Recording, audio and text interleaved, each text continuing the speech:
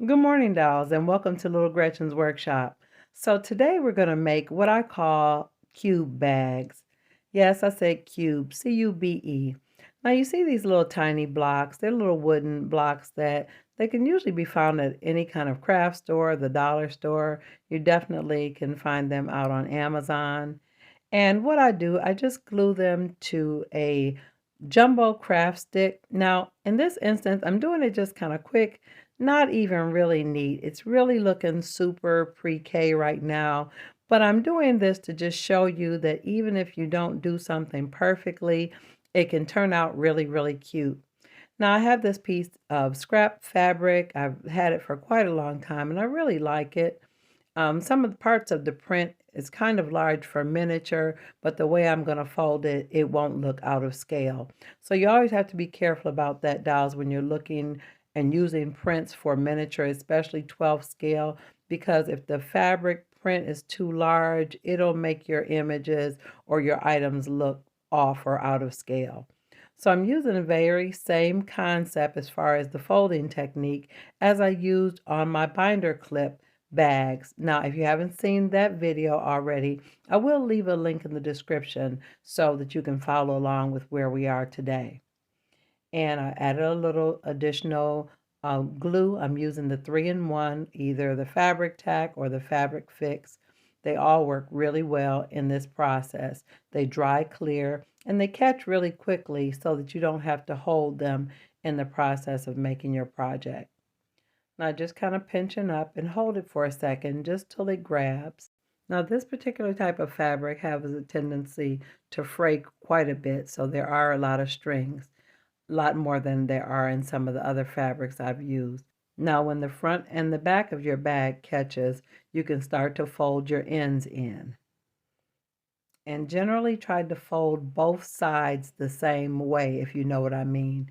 If you're overlapping with the larger piece, do the exact same thing on the other end so it'll match. Now, as you're folding your ends in, just make sure your tucks look nice and neat. Again, if you need to pinch them down with a clamp or some tiny clothespins, do that so that they'll dry evenly and the bond will be secure. Again, the glue is forgiving and it'll allow you to do what you need to do. But sometimes, like I said, it just needs a little extra pressure when you're folding over fabrics that have a little bit more weight to them.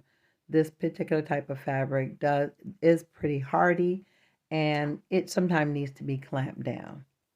I really love the early stages of projects like this because they look so pre-K and they look so primitive. Now, after I felt like those side folds were secure, I pinched them a little bit more one more time on the sides to give them additional bend so I could create sort of like a flap in the front. I really like the way that looks, dolls, and I did add a little glue. And I like it that the blocks weren't perfectly straight because it looks like the bag is stuffed with something that may be a little bit lumpy. If your bag is soft, everything may not lay exactly right. So to me, that gives it a little bit of realism, more so than if everything looks so perfectly smooth. Now, again, dolls, this is the stage when you get to do exactly what you want. The bag is complete, and so now it's time for the details. The straps, the buckles, the clasps, the shoulder straps, however you want to style or detail your bag. So dolls, one day I'll learn how to put really tiny, thin beads of glue down. But for now, I've added my glue to the little straps that I want to hold the front of my bag down. And here I'm adding a chunky bead of glue to adhere my leather handle.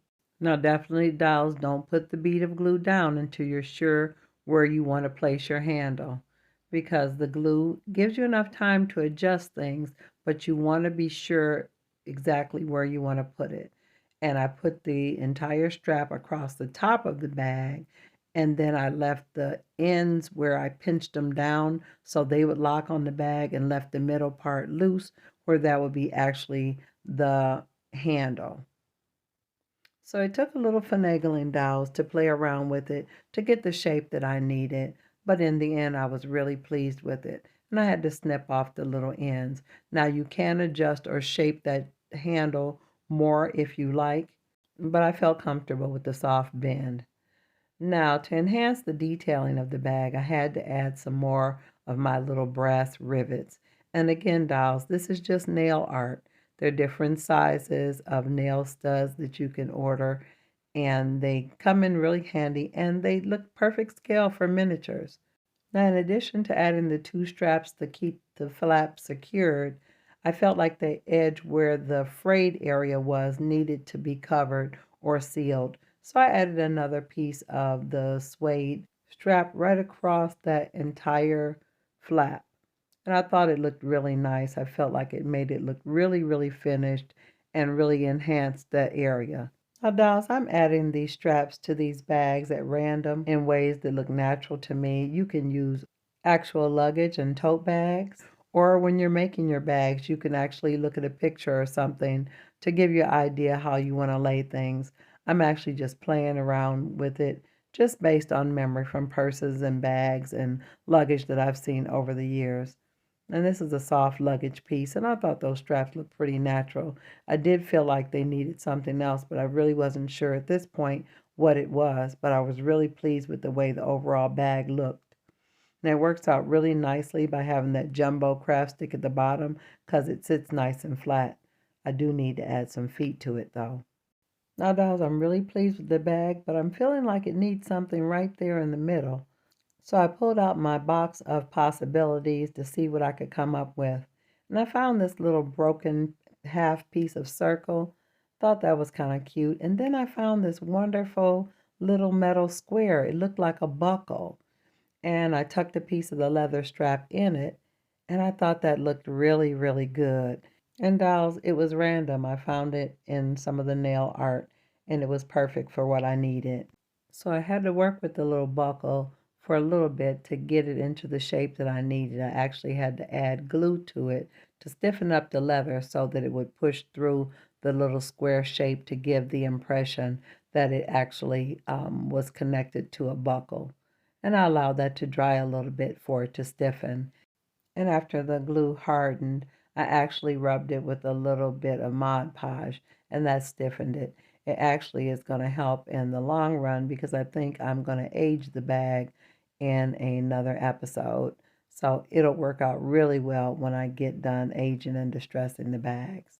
But today I just want to focus on getting them assembled. Now, I did play with the buckle a little bit, dry fit, try fit, to see which way it looked the best and where the buckle should lay to give it the most interesting and most realistic look. And then I put a nice chunky bead of the glue down again to secure my handmade buckle. I'm really pleased at the way this turned out, dolls. And after I got the buckle positioned, I pressed it down and used my needle tool to really secure it to make sure it locked down into that big clump of glue I put down there. Now I know some of you all are concerned about my glue globs and the chunk, and I would advise you to do it a lot more neatly. Use the thinnest beads of glue that you possibly can, but it's going to work out because all of my items, the majority of them will be aged and distressed, so the glues and things like that will really lend to the concept of the bags being a little dirty, smudged up, and a little glunky, so it's fine. If you're going to have clean, perfect, pristine luggage and bags, then I would advise you to make sure that your glue is very thin, very small, and you don't get it onto any of your fabric or your leather or suede straps. And now for a couple more little studs, and the bag is complete. So dolls, let me show you really quick some of the other bags I've made using this exact same technique, but just different fabrics and different placement of the straps and the rivets. Now on this one I used a faux leather, same color straps, but just different placement of the straps and the rivets. There's a plaid, that one turned out really nice. It's kind of rounded at the top because that's a wine cork inside that one. So, dolls, I just want you to use your imagination. Don't be restricted to what I've done here today. Look at some pictures for inspiration. Look at some of the actual luggage or bags that you have and just have fun and take a little time and a little imagination and see what you can come up with. Now, dolls, if you've enjoyed this video today, definitely let me know in the comments. Also, like, share, and subscribe. And prepare yourself for part 5 of Bags, Boxes, and Luggage. And I'm looking forward to seeing you on the next episode of Little Gretchen's Workshop. Bye-bye now, dolls.